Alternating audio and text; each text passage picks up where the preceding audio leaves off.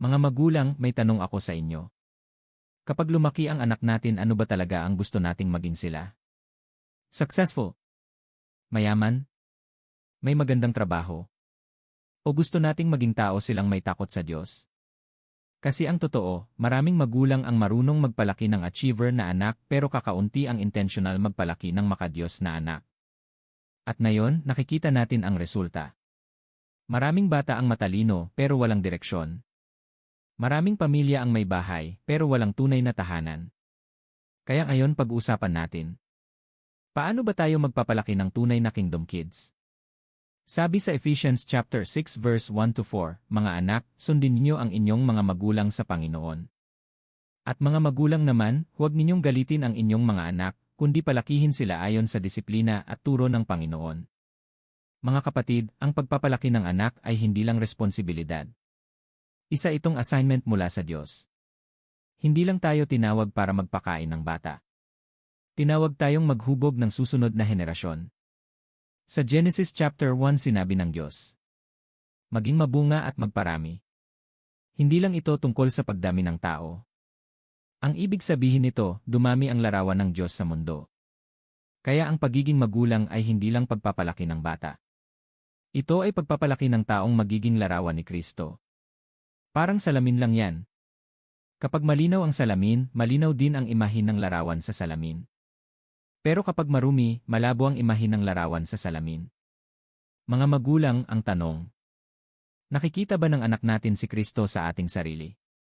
O galit, sigaw, at stress lang ang nakikita sa atin ng mga anak natin? Alam nyo, target talaga ni Satanas ang pamilya. At kadalasan, unang inaatake ang tatay.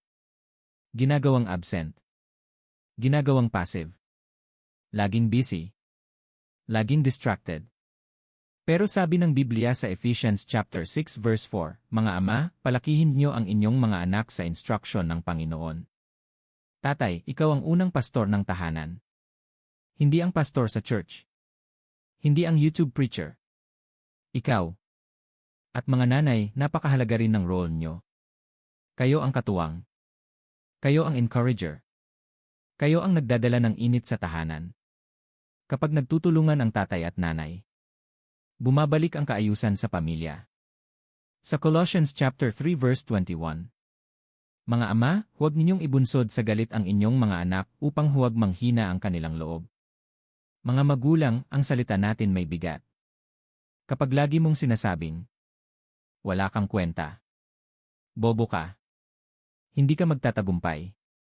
Unti-unting namamatay ang spirit ng bata. Ituwid mo sila ng may pagmamahal. Hindi puro galit.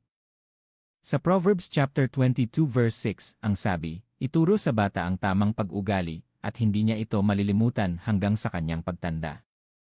Alam niyo ba ang ibig sabihin ng ituro dito?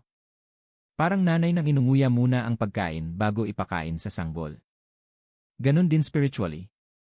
Minsan ang turo sa church, parang karne. Mahirap nguyain ng bata. Kaya tatay at nanay, iwin niyo sa bahay ang salita ng Diyos.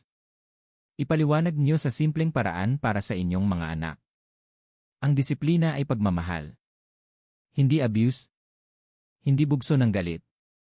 Sabi sa Proverbs chapter 13 verse 24, ang magulang na hindi nagtutuwid, hindi tunay na nagmamahal. Tandaan ito. Dapat ituwid ng disiplina ang puso, hindi sirain ang espiritu. Sa Deuteronomy 6 sinabi, ituro ninyo ang salita ng Diyos araw at gabi. Habang naglalakad. Habang kumakain. Habang nasa bahay. Mga kapatid, ang bahay dapat maging maliit na Bible school. Hindi sapat na Sunday lang nakakarinig ng salita ng Diyos ang anak natin. Alam nyo, ang ginagawa natin ngayon ay aabot hanggang apo. Sabi sa Exodus 20 may epekto ang kasalanan, pero may epekto rin ang pagsunod. Kung may panghenerasyon na sumpa sa pamilya, pwede mo itong putulin kay Kristo. At kung may blessing, pwede mo itong ipasa. Ang pinakamahalagang mana, hindi lupa, hindi pera kundi espiritual na pamana. Baka may magulang dito na nagsasabing, huli na yata. Marami akong pagkakamali. Malalaki na mga anak ko. Pero pakinggan mo ito, ang Diyos ay Diyos ng restoration. Hindi mo man mabago ang nakaraan, kaya ng Diyos baguhin ang future ng pamilya mo. Katulad ng alibughang anak. Kahit gaano kalayo ang anak, kaya pa rin siyang ibalik ng ama. Mga magulang. Bumalik tayo sa disenyo ng Diyos. Tatay, maging leader ng tahanan. Maging pastor ng pamilya. Nanay, maging faithful helper. At sama-sama tayong magpalaki ng mga batang may takot sa Diyos. Mga tunay na kingdom kids. Tayo'y mag-pray. Panginoon, salamat po sa iyong salita. Inaamin namin na marami kaming pagkukulang bilang magulang. Pero salamat dahil hindi mo kami iniiwan. Tulungan mo ang bawat tatay na maging spiritual leader ng tahanan. Palakasin mo ang bawat nanay. At sa mga single parents, iparanas mo na ikaw ang kanilang lakas at katuwang. Panginoon, ibalik mo ang kaayusan sa aming mga pamilya. Gabayan mo ang aming mga anak. At gamitin mo kami para magpalaki ng mga batang may takot sa iyo. Mga kingdom kids na magiging ilaw sa kanilang generation. Sa pangalan ni Jesus. Amen.